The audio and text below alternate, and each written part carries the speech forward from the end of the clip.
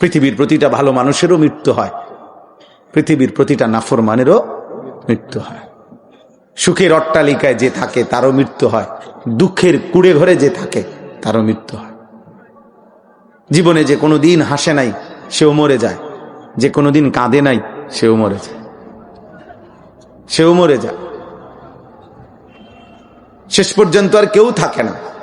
না ফেরাউন ছিল, না মূসা আলাইহিস সালাম ছিল, নমরুদও নাই, ইব্রাহিম আলাইহিস সালামও নাই, আবু জেহেলও নাই, নবী সাল্লাল্লাহু আলাইহি সাল্লামও নাই। মৃত্যুবরণ করতে হয়েছে সকলকে। রাসূলুল্লাহ সাল্লাল্লাহু আলাইহি ওয়াসাল্লাম নবীজির একটা বিশেষ সিফাত ছিল, তিনি বশীর, জান্নাতের সুসংবাদদাতা। আরেকটা গুণ ছিল, বৈশিষ্ট্য, তিনি নাদির, জাহান্নামের ভয় প্রদর্শনকারী। বশীর ও নাদির। তো রাসূলুল্লাহ সাল্লাল্লাহু আলাইহি ওয়াসাল্লাম কালেমার দাওয়াত দিতে গিয়ে, ইমানের দাওয়াত দিতে গিয়ে কখনো কালেমা গ্রহণ করলে, আল্লাহর হুকুম আহকাম মেনে নিলে জান্নাতের সুসংবাদ এবং জান্নাতের নাজ ও নেয়ামত এগুলো বর্ণনা করতেন, শুনাইতেন। আবার কখনো কখনো আল্লাহ তাআলার পক্ষ থেকে ঈমান গ্রহণ না করিলে, আল্লাহর কালেমা গ্রহণ না করিলে জাহান্নামের ভয়ানক আযাব, জাহান্নামের ভীষণ আযাবের কথা, সেটাও তিনি ভয় প্রদর্শন করতেন, বলতেন। তাহলে কখনো জান্নাতের আশা দেখাইতেন, কখনো জাহান্নামের ভয় দেখাইতেন। আল্লাহ তাআলার পক্ষ থেকে কোরআনুল কারীমের মধ্যে জান্নাতের আলোচনা, জাহান্নামের আলোচনা অগণিত। কোরআনুল কারীমের অসংখ্য সূরার মধ্যে আল্লাহ তাআলা কোথাও জান্নাতের শানদার আলোচনা করেছেন, কোথাও জাহান্নামের ভয়ানক আযাবের কথা তুলে ধরেছেন। মক্কার কুরাইশ কাফেররা প্রতিনিয়ত নবী সাল্লাল্লাহু আলাইহি ওয়াসাল্লামের এই দাওয়াতের বিরোধিতা করত। তাদের কাজই ছিল বিরোধিতা করা। এই বিরোধিতা করত বিশেষভাবে দুই রকমের। কখনো বিরোধিতা করত মুখে, তাদের গালিগালাজ করত নবীজিকে। নবী সাল্লাল্লাহু আলাইহি সাল্লামের কোনো কথা বললে এটার বিরুদ্ধে উল্টাপাল্টা যুক্তি দেখাইতো, আবল তাবল কথা বলতো। কখনো ঠাট্টা করত, উপহাস করত, তুচ্ছতাচ্ছিল্য করত, ইত্যাদি ইত্যাদি।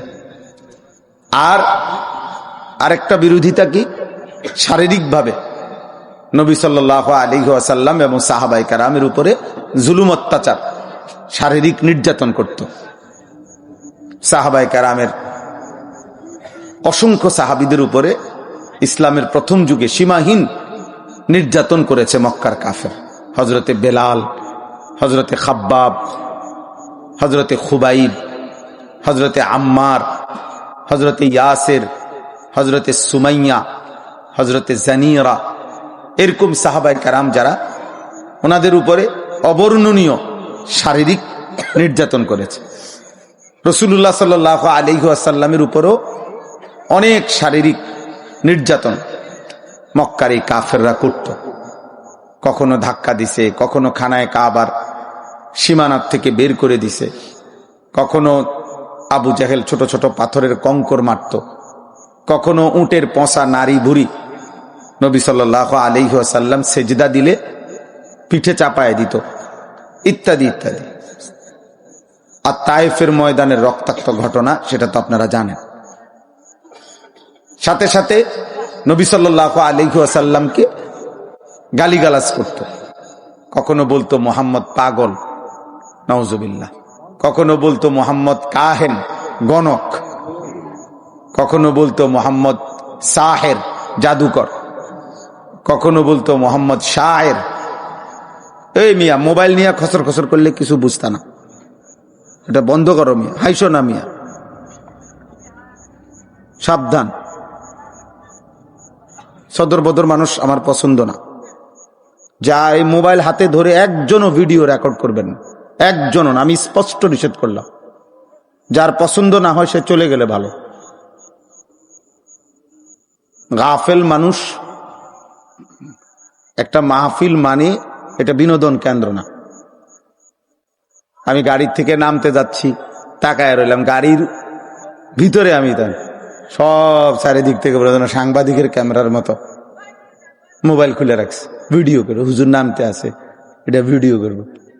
হুজুর আঁটতে আছে, এটা ভিডিও করবে। গাড়ি দিয়ে নামতে আছে, এটার মধ্যে ভিডিওর কি আছে? ফায়দা কি এটাতে? আপনি আমারে দেখাইবো, আরেক মানুষের দেখ হুজুরের ভিডিও, তো হেইতে আর দেখছেন আমারে? পাগলামি আর কি। 24 ঘন্টা মোবাইল এটা নিয়েই ব্যস্ত। কি পাইলো এটার ভিতরে? একজন মানুষ তো নিজস্ব প্রত্যেকটা কাজের মধ্যে ফিকির করা উচিত, দিমাগ দিয়ে ভাবা উচিত, আমি এটা কেন করব, কেন করব আমি এটা? দিন নাই রাত নাই, ছেলে দিন রাত নিজের প্রতিটা কাজের ক্ষেত্রে। মানুষের যৌবনকালে মানুষ সুস্থ স্বাভাবিক থাকে। বৃদ্ধ মানুষ যদি কিছু আবল তাবল করে তো বলা যায় যে উনি বয়স হয়ে গেছে, কিন্তু যুবক যারা, যৌবন, সবকিছু তাদের পূর্ণ সুস্থ স্বাভাবিক। তার মাথা, তার হাত, তার পাও, তার চুল, তার চেহারা, তার নাক, চোখ, তার দিমাগ, তার বুদ্ধি, বিবেচনা, সবকিছুই পূর্ণাঙ্গ। কৌয়া আল্লাহ তাআলা বলছেন, আমি যৌবনে শক্তি দিয়েছি, শক্তি পুরা সব অঙ্গে দিছে, হাতে পায়ে চোখে নাকে কানে সবকিছুতেই পূর্ণাঙ্গ। তো কাজে বুদ্ধিমত্তা, নিজের কাজের প্রতি কৌশল, বুদ্ধি, প্রজ্ঞা, মেধা, যোগ্যতা ব্যয় করার, প্রয়োগ করার মূল সময় হলো যৌবন। এই সময় একজন মানুষ তার কাজের চলাফেরা, উঠা বসার মধ্যে সৌন্দর্য হওয়া উচিত। যার বয়স হয়ে গেছে 60-70 বছর, উনি হয়তো অনেক কথা মনে রাখতে পারে না, দুর্বলতার কারণে এখন আর কুলাইতে পারে না, ইচ্ছে থাকা সত্ত্বেও আমল করতে পারে না, ইত্যাদি ইত্যাদি। কিন্তু তোমরা নওজোয়ান ভাই, তোমাদের সংখ্যাগরিষ্ঠ যুবকদেরকে মোবাইল এমন মাতাল বানায় দিছে যে তোমাদের সামান্যতম ব্রেনও অনেকের কাজ করে না। 24 ঘন্টাই প্রয়োজন অপ্রয়োজন, দরকারি বেদরকারি, সারাক্ষণ এই এক জিনিস নিয়া, মোবাইলটা নিয়া ব্যস্ত। এটা অসুস্থতা ছাড়া আর কিছু না, এটা মানসিক প্রতিবন্ধিতা ছাড়া আর কিছু না। আমি এই রমজানেও এতেকাফের সময় আমাকে ঢাকার একজন ডাক্তার, একটা ম্যাগাজিন ডাক্তারদের আমাকে দিছে আর কি পড়তে, মাসিক স্বাস্থ্য কথা।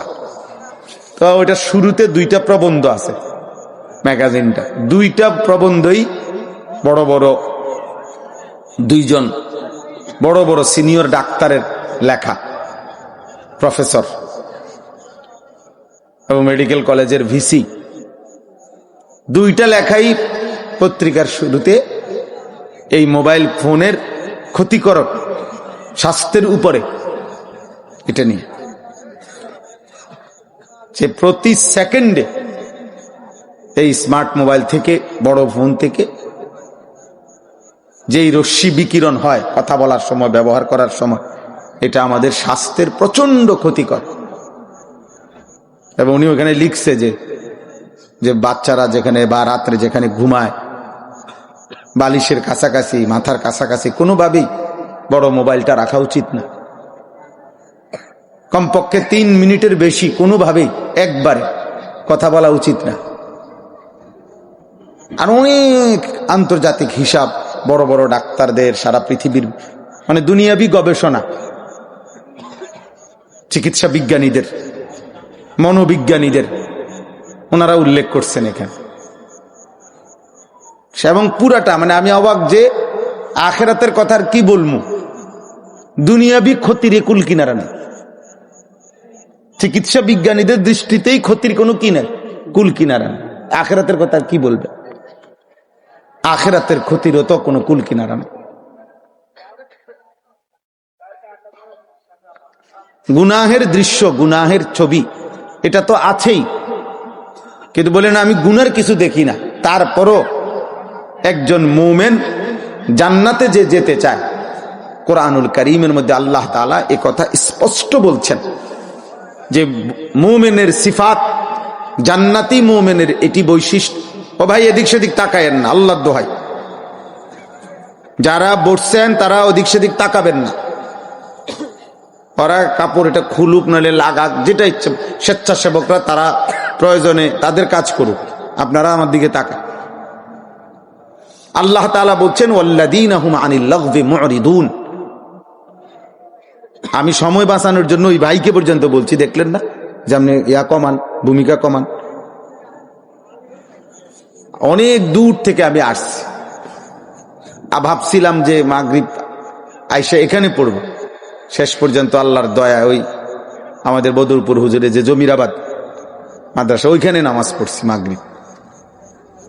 তাইলে এই জন্য বললাম, আল্লাহ তাআলা বলেন জান্নাতি মুমিন ওয়াল্লাযীনা হুম আনিল লাগবি মুরিদুন, যাবতীয় বেহুদা কথা, অনর্থক কথা এবং কাজ থেকে নিজেকে বিরত রাখে, এটা আল্লাহ তাআলা বলছেন। ওয়া ইযা সামিউল লাগওয়া আ'রাদু আনহু ওয়া ক্বালু লানা আ'মালুনা ওয়া লাকুম আ'মালুকুম সালামুন আলাইকুম লা নাবতাগিল জাহিলিন। আল্লাহ বলেন আমার প্রিয় বান্দা যারা, যখনই তারা অনর্থক কথা শুনে, আ'রাদু আনহু, সাথে সাথে ওই জায়গা থেকে সরে যায়। শুনে না শুধু, বরং ওই জায়গায় ত্যাগ করে, ওই জায়গায় ত্যাগ করে। আর যদি তাদেরকে সেই বেহুদা কথার পরিবেশে ডাকা হয়, আল্লাহ বলে, তারা বলে, আমার প্রিয় বান্দারা বলে, ভাই তুমি তোমার খামখেয়ালি আর গুনার কথাবার্তা নিয়েই থাকো, আমি আমার আল্লাহকে নিয়ে আছি। সালামুন আলাইকুম, তবে আমি তোমার জন্য আল্লাহর কাছে কল্যাণ কামনা করছি, তোমার জন্য ভালো চাই। লা নাবতাগিল জাহিলিন, আর আমার ফয়সালা শোনো, আমি কোন মূর্খ জাহেলের সঙ্গী হতে চাই না। এই জন্য সময়টা যে বেহুদা কাটা প্রয়োজন ছাড়া, আল্লাহর কোরআন তাকে বলছে সে হচ্ছে মূর্খ, জাহেল, নাদান, আহম্মক। আর কোন বিবেকবান মুমিন এমন মূর্খের সঙ্গী হইতে পারে না, আল্লাহ এটা বলছে, শিখাইছে। এই জন্য অবশ্যই বড় মোবাইল, অসংখ্য অগণিত প্রয়োজনে এটার দরকার আছে।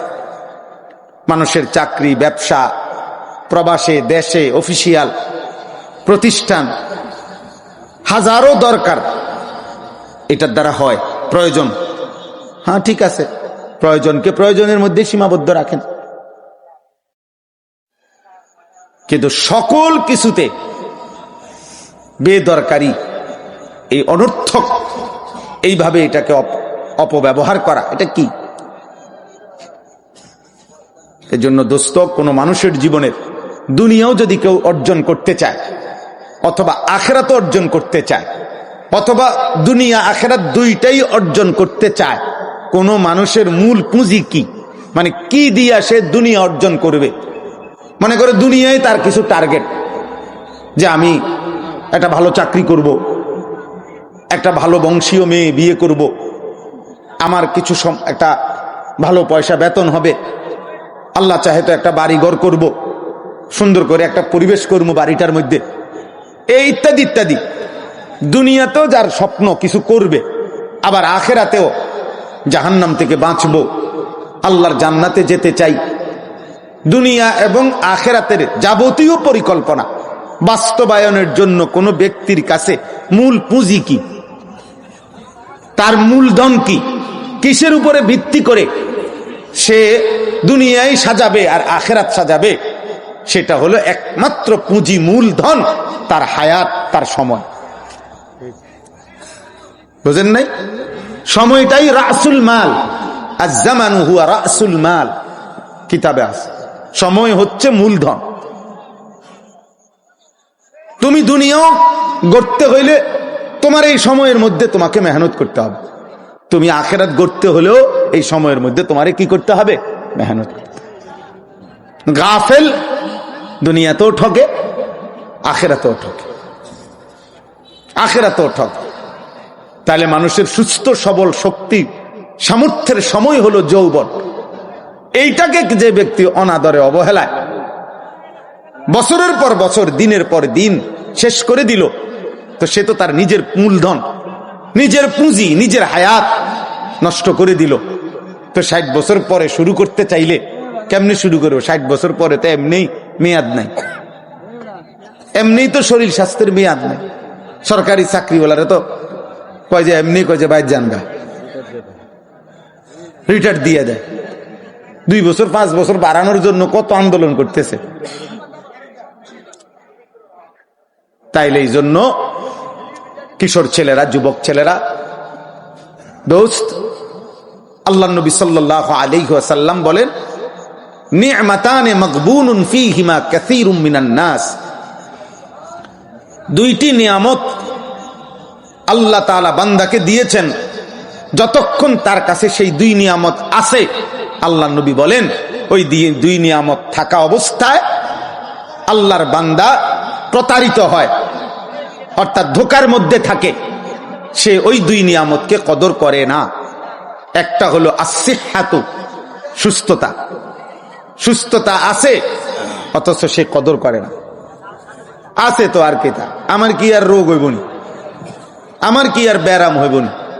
আর হলো 2 নাম্বার হলো ওয়াল ফারাগ, অবসর, সময়, সময় আছে অথচ সে তাকে কি করে না? কদর করে। রাসূলুল্লাহ সাল্লাল্লাহু আলাইহি ওয়াসাল্লাম, ভাই কথা বলো না ভাইয়া, এমনি কাজ করো। তোমরা যদি সব গুছাইতে গুছাইতে আমার 7:55 বাজলে বা 50 বাজলে আমার টাইম শেষ। সব যখন সুন্দর হইয়া গুছাবে তখন আজানের টাইম হবে। এই জন্য কথা বললো না। জি, তাইলে এই জন্য বললাম, কোরআনুল কারীমের মধ্যে আল্লাহ তাআলা বলছেন, ওয়াহুয়াল্লাযী জাআলাল লাইলা ওয়ান নাহারা খিলফাতান লিমান আরাদা আন ইয়াযাক্কারা আও আরাদা শুকুরা। আল্লাহ রাত এবং দিন পর্যায়ক্রমে বানিয়ে থাকেন, আনেন। আল্লাহ বলেন এটা আমি করছি। প্রতিটা দিন আমি অন্ধকার বানাই, প্রতিটা অন্ধকারাচ্ছন্ন রাতকে আমি ভোর বানাই। রাত আমি আনি, দিন আমি আল্লাহ আনি। কেন? আল্লাহ বলেন এই পর্যায়ক্রমে বাই সিরিয়াল, একবার রাত একবার দিন, একবার রাত একবার দিন আমি বানিয়ে থাকি, আমার বান্দা যেন আমি আল্লাহর জিকির, আমার বন্দিগি করতে পারে, আমার বান্দা যেন আমি আল্লাহর শুকর আদায় করতে পারে। আমার কৃতজ্ঞতা, আমার শুকরের জন্য, আমার জিকিরের জন্য আমি রাত আনি, দিন আনি, খামখেয়ালি করার জন্য না, খামখেয়ালি করার জন্য। আল্লাহ তাআলা বলছেন কোরআনুল কারীমে এটা। তাহলে সময়ের গুরুত্ব দিতে গিয়ে কোরআনুল কারীমের মধ্যে আল্লাহ তাআলা সময়ের বিভিন্ন অংশের নামে আল্লাহ তাআলা আলাদা আলাদা কসম করেছেন, বহু আয়াত। ওয়াল ফাজর, আল্লাহ বলেন কসম করছি ফজরের ওয়াক্তের। ওয়াদ-দুহা, আল্লাহ বলেন কসম করছি সকালের সূর্য যখন পূর্ণ আলোকিত হয়, চাষতের ওয়াক্তের, মানে সকাল 8টা 9টা 10টার টাইম, এই সময়টা আল্লাহ কসম করছেন। আল্লাহ তাআলা বলেন ওয়ালায়ালিন আশর, কসম করছি 10 রাতের, রাত্রিকালীন সময়টার। ওয়াল্লাইলি ইদা ইয়াগশা, রাত্রি যখন অন্ধকার হয়, গভীর অন্ধকার রাতের কসম করছি। ওয়ান-নাহারি ইদা তাজাল্লা, দিন যখন পূর্ণ আলোকিত হয়, সেই আলোকিত দিনের কসম করছি। এইভাবে আল্লাহ তাআলা কোরআনুল কারীমের মধ্যে কসম করেছেন, কসম করেছেন। ওয়াল্লাইলি ইদা আসআস ওয়াস-সুবহি ইদা তানাফফাস, আল্লাহ কসম করেছেন। আল্লাহ বলেছে ফালা উকসিমু বিশ-শাফাক ওয়াল-লাইলি ওয়ামা ওয়াসাক, সূর্য যখন ডুবে যায়, লালিমা যখন হয়, সন্ধ্যা লাল হয় আকাশটা কিছুক্ষণ, ওই সময়ের কসম। এভাবে রাতের কসম, দিনের কসম, সকালের কসম, সূর্য অস্তের কসম, আলাদা আলাদা করে আল্লাহ তাআলা কসম করে করে সময়ের গুরুত্ব আমাদেরকে বুঝাইছে, সময়ের গুরুত্ব আমাদেরকে বুঝাইছে। আজ আমরা হাজার চেষ্টা করলেও রমজানের 1 সেকেন্ড আর ফেরত আনতে পারবো না, আর ফেরত আনতে পারবো না। রমজানের প্রথম দিন যখন চাঁদ উঠছে সেদিনও মানুষ মারা গেছে, রমজানের শেষ দিনও মানুষ মারা গেছে। মারা যায় নাই? 30 দিন প্রতিদিন মানুষ মারা যায় নাই? এত মানুষের মৃত্যু হলো।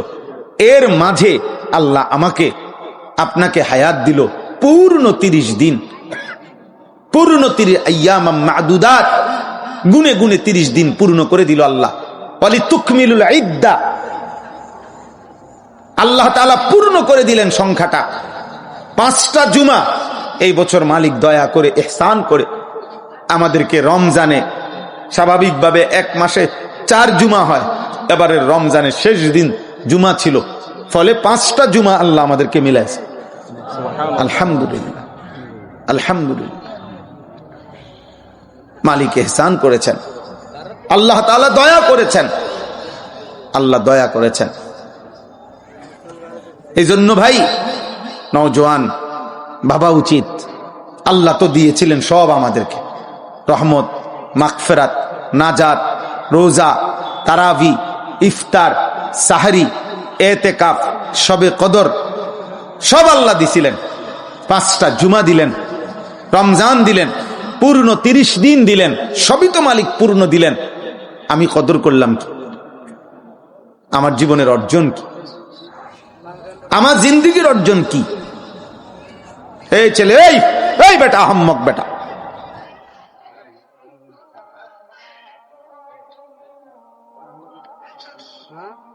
গাদ্দারি করো নাকি? তোমার নিষেধ করলাম না বেটা? ফালতু কোথাকার। মোবাইলের কারণেই তো এতগুলো কথা বললাম নাকি? এ কাছের থেকে শুনে নাই এই কথাটা? বলেন না, আপনাদের বিবেকে কি বলে? ও শুনে নাই, ও তো এখন আসে বসে নাই যে হুজুর আমি এতক্ষণ ছিলাম না, আমি এই মাত্র আইয়া বইছি, তাইলে না বুঝাইতাম যে হে এতক্ষণ কি করে নাই, শুনে নাই। ও এতক্ষণ শুনে নাই।